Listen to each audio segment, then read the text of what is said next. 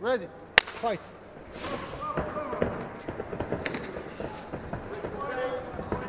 Walt Harris out of the southpaw stance in blue. Volkov, the orthodox fighter, is in black. You got to think that there's a lot less pressure on Walt as he goes into this one. And physically, you can see it. You know, he's very proud of the work that he's put in training camp to be more in shape. He said he wasn't in shape last time. You got to be in shape when you fight a guy in Alexander Volkov.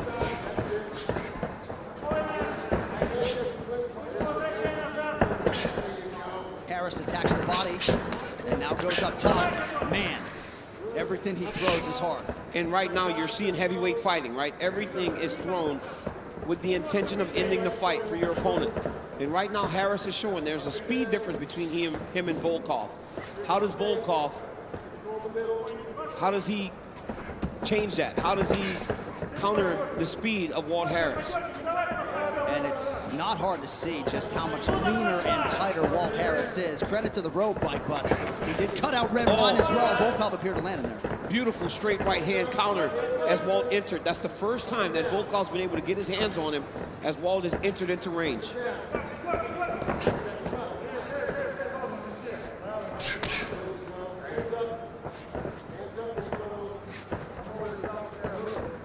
Harris circling away from that power right of Volkov.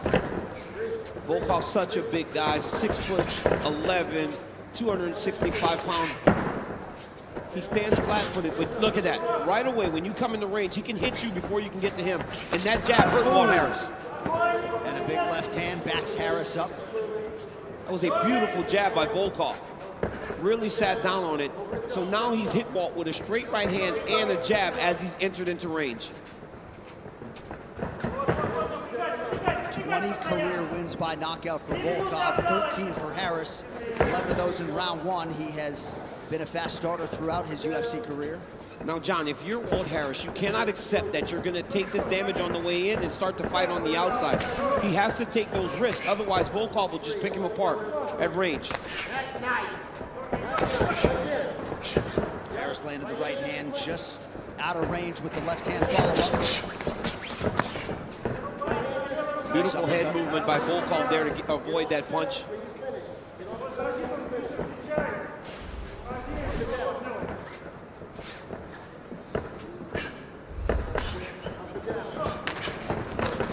Nice right hand from Harris.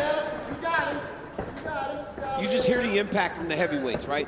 All night we can hear the strikes landing, but the moment these guys come together, it sounds like just two big monsters coming together and just smacking into each other.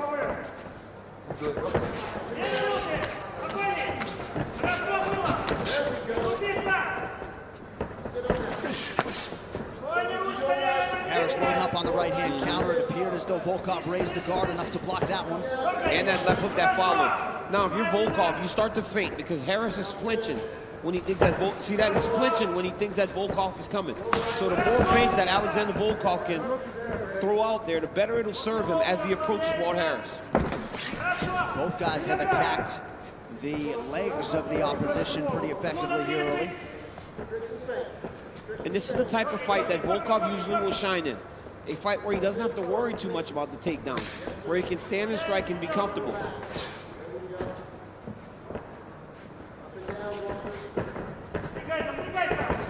Harris resets. Volkov not giving him a lot of room with which to work. But even to this point, right, Walt Harris's cardio has held up much better. In the Overeem fight, at this time, he started to gas and get tired. So all the talk and all the focus that was on the cardio has paid dividends to right now. And clearly he has a healthy respect for Volkov's power because he is raising that guard almost immediately when Volkov advances. Oh, he The hurt with that right hook. hand got him out of the body. Harris covers up. Oh, this could be the beginning of the end. We'll see if Harris can rally. Oh! Perhaps Harris playing possum a little bit. Wow, Walt Harris was hurt. But look at that, John. The ability to fight yourself out of that trouble comes from being in shape.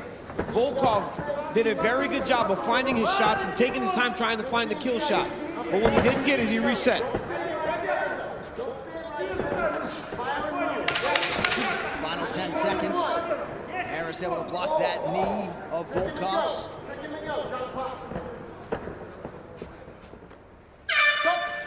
5 minutes down.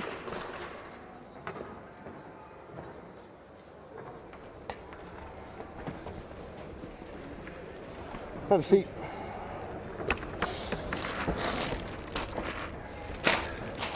Cannot see it all. Am I right? Yeah, you got poked. Yeah, you got poked pretty good. Hey, I need more tricks and feints. Don't freeze in front of him, and when you circle to his right, he's looking to engage. He's eating up the space. Let's see if we can get him backing up a little bit. Up and down. Hey, if you shoot that cross low, right here you see both guys throwing kicks. Harris goes back. Volkov starts to advance, lands a beautiful left jab that sets Walt back on his heels. And then right here you see that counter right hook by Walt Harris with a left straight behind it. And look at Volkov, lift the knee and then go 1-2. Hurts Walt Harris. He swarms, but then Walt Harris was able to fight back out of this bad position. Very entertaining round. A round in which Alexander Volkov fought very well. Ready.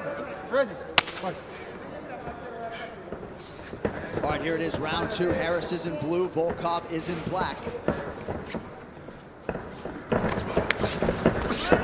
Seemed like maybe Harris feinted that single leg attempt and then went upstairs. Volkov wise to it. I mean, but John, when you see the reaction Volkov gave him, Harris needs to throw more of those takedown attempts because Volkov almost sprawled all the way to the ground, not wanting to get taken down. And one of the first things Walt said to us Wednesday was, I got some offensive wrestling. Hasn't called on it a lot in his UFC career. There it is, right? Changing levels, and that's okay, right? That just gives Alexander Volkov something else to think about. And with respect, I think Volkov's happy that Curtis Blaydes isn't shooting at his legs tonight. I mean, Curtis Blaydes will attempt as many takedowns as it takes to get you down and beat you up. So yes, this is a much different feel for Alexander Volkov. He's much more comfortable. And look at the efficiency of Alexander Volkov on the feet thus far through about 6 minutes. He's fighting a really good fight.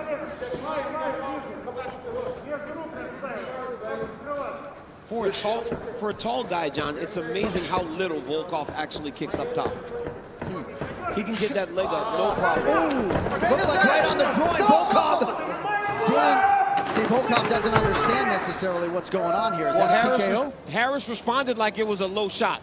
I mean, he responded like it was a low shot. I don't know where that strike landed. I want to see the replay to see if it landed in the body. Walt's actually grabbing his stomach, so it might have landed in the good spot. So the referee did not call for a pause in the action due to a groin strike, and Volkov closes the show. That's a big win for Alexander Volkov, his 6th in the UFC.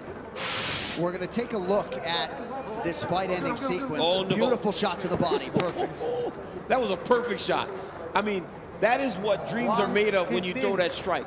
A lot of times when you have a southpaw and a conventional guy, they wrap it with the outside roundhouse kick. This one came straight up the middle, toes right to the bread basket. Harris responds in the way that you do when you get hit with a strike like that. Volkov gets the finish. Great job by the referee seeing that and knowing that that was a legal strike. Beautiful finish for Alexander Volkov. Got a main event opportunity earlier this year against Curtis Blaydes, and now with a win like this, he vaults right back into heavyweight title contention, and all he wants to do is come over and talk to you right now. But Alexander Volkov, in this his 40th professional fight, gets his 21st career win by knockout or TKO. To make this one official, here is Bruce Buffer. Ladies and gentlemen, Lucas Pisaki has called a stop to this contest at 1 minute, 15 seconds of round number 2. Declaring the winner by TKO, Alexander Drago Volkov.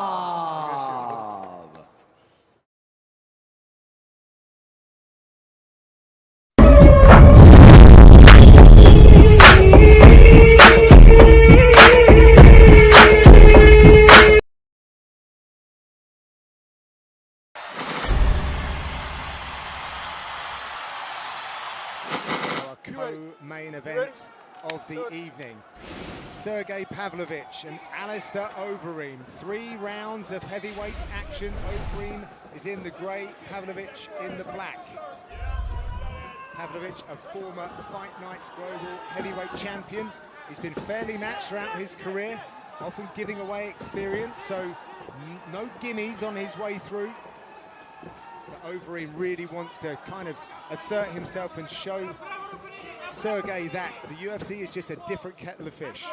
Yeah, Pavlovich has had some tough fights. It's worth noting that he's fought 2 veterans, two guys that have had more than 20 fights, but beat both of them by decision. So you know, he does allow the fights to breathe a little bit. He's able to, you know, to work against guys that have got experience and still outpoint them. So, you know, this is going to be very useful against Overeem, who obviously has 89. It's ridiculous. 89 pro fights, K1, kickboxing and MMA. And still in fine fettle, just in great shape, really looks after himself. Big punches from Pavlovich here, backed Overeem up, who searched for the tie clinch a second ago. Possibly looking to throw some knees into the midsection or bring the head down. Team Elevation want Overeem to focus on beating up Pavlovich for the full 15 minutes, not sit on his back foot waiting for the big shot, which is something that they identified when they were game planning for Curtis to fight him. I'm interested, that was Alistair Overeem that initiated the clinch. And given the fact that he's been working at Team Elevation, he's going to be confident in his conditioning, but he's also going to be working a lot on his wrestling because one of his main partners would have been Curtis Blades. Yeah, and he said he has a very underrated ground game. People forget how many submissions Alistair Overeem's got on his record. I mean, I have 17 listed here on my notes. Yeah, I have the same. 9 guillotines, 2 Americanas, 3 arm bars, 2 Kimuras, rear naked. I mean, a variety. Pavlovich doesn't have 17 fights. No, no. But he's got 9 knockouts out of, you know, I mean, that's a high stopping percentage for 12 fights. It's been a minute since he's finished a fight with a submission, however. I think it was 2009. A little while then. Yeah. Still can't be underestimated. Well, this is it. There's a responsibility to demolish. Good knee there. He's very, very good with his knees in the clinches over him. I often think back to his fight against Frank Mir, where he was able to manipulate Frank Mir's upper body to bring his head down for the knee. Beautiful work. Again, you say beautiful, I say disgusting. Disgustingly beautiful. Pavlovich leaned on a little bit of his Greco experience there to keep the fight on the feet. Overeem far more aggressive in this fight, more willing to stand in front of his opponent than moving around and cutting angles and using feints like he's been doing in his recent fights, which is, I mean, you know, he has self-admitted it's not really worked out for him. Kind of feels like he needs to go back to the more aggressive kickboxer that he's known as. Oh, big right hand into a tie clinch. Nice takedown from Overeem. See what Pavlovich does with this. A different approach here from Overeem. Absolutely. Pavlovich is a difficult man to hold down, though. Although he did shoot in early against Francis Ngannou in that fight. I do remember that. Having more success. I think most smart people shoot on Francis Ngannou.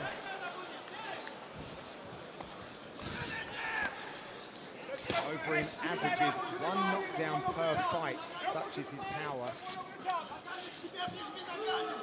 It's good work for Overeem because not only does this allow him to rack up points on the scorecards, but it also allows him to get some rest. He's not under pressure in any way in this position. He's able to land shots without putting a great deal of power into them because he has gravity on his side. Pavlovich is representing the Eagles MMA team. Obviously that is the team for lightweight champion Khabib Nurmagomedov. And Daniel Cormier was telling me that he doesn't wrestle like the other Dagestani fighters, but he is no slouch on the floor. Oh, big shots! Pavlovich is covering up! Overeem thinks the finish is here! A big shelling here from Overeem, and he gets the finish he's been looking for. Alistair Overeem rights the ship here in Beijing. Demolition Man back in the wing column with that.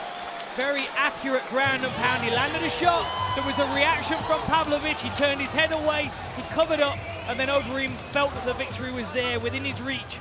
Starts to land good hammer fists. Overeem hands Pavlovich his first loss in mixed martial arts competition. It was a fine performance, a different performance that we're used to seeing from Overeem, but it was effective. And you have to credit, in part, that change to Team Elevation. Very, very good performance by Alistair Overeem. Clearly some adaptations to his game from working with the Elevation Fight team. Punched his way into a clinch there, beautiful outside reap. Pushed Pavlovich to the floor.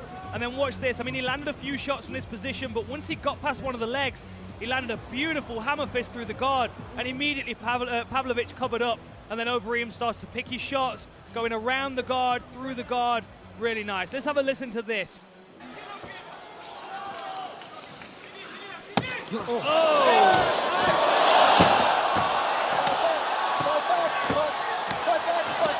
And that, ladies and gentlemen, is why they call him the Demolition Man. Yeah, like a wrecking ball.